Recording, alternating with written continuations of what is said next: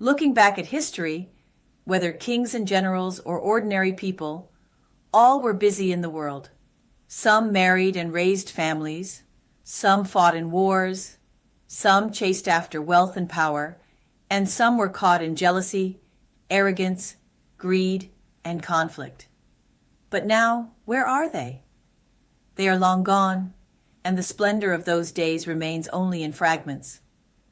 Why is this so? Because everything arises through conditions.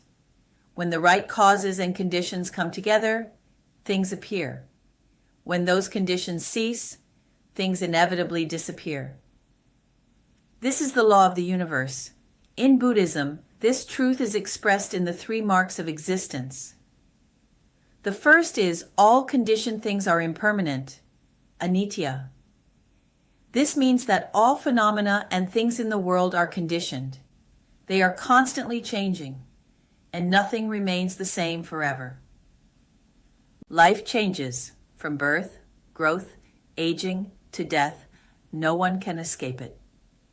The environment changes: spring, summer, autumn, winter, flowers bloom and wither. Our thoughts change. At one moment we are joyful, at another we are sad. Emotions never stay fixed. So impermanence is not something bad.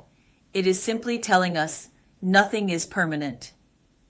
Since everything will pass, there is no need to cling too tightly to gain or loss, success or failure. In fact, because of impermanence, there is the possibility of change, of growth, and of moving from suffering toward liberation. The second mark is all phenomena are without self, anatman. Nothing has a permanent, unchanging essence. Everything exists only through interdependent causes. The third is nirvana is peace. When we truly understand impermanence and non-self, we can approach true peace and freedom. Since everything in the world is impermanent, why hold on so tightly? What truly matters is to keep the mind clear and pure.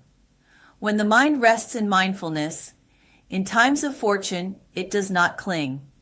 In times of hardship, it does not hate. In this way, no matter how complicated the world is, one can keep a sense of ease. The Buddha once said, "Life is like a flowing river, passing moment by moment. Today we may be sending others off at the end of their journey.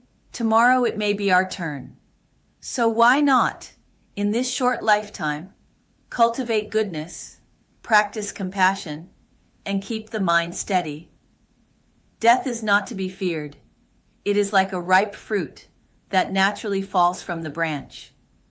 If we can face the heavens and the earth with gratitude and face the cycles of impermanence with a pure heart, then when our time comes, we can leave without fear.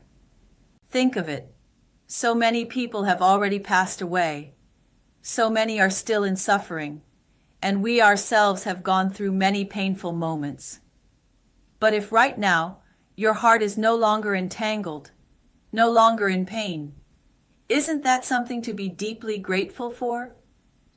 This moment of inner peace is truly precious, perhaps the most precious thing in the world. What is even more remarkable is you can take hold of it. As long as you keep mindfulness, the mind will naturally settle, and that is something profoundly worth giving thanks for. Wherever you are, if you can feel this peace and ease in the present moment, then you already hold the greatest gift, the greatest blessing.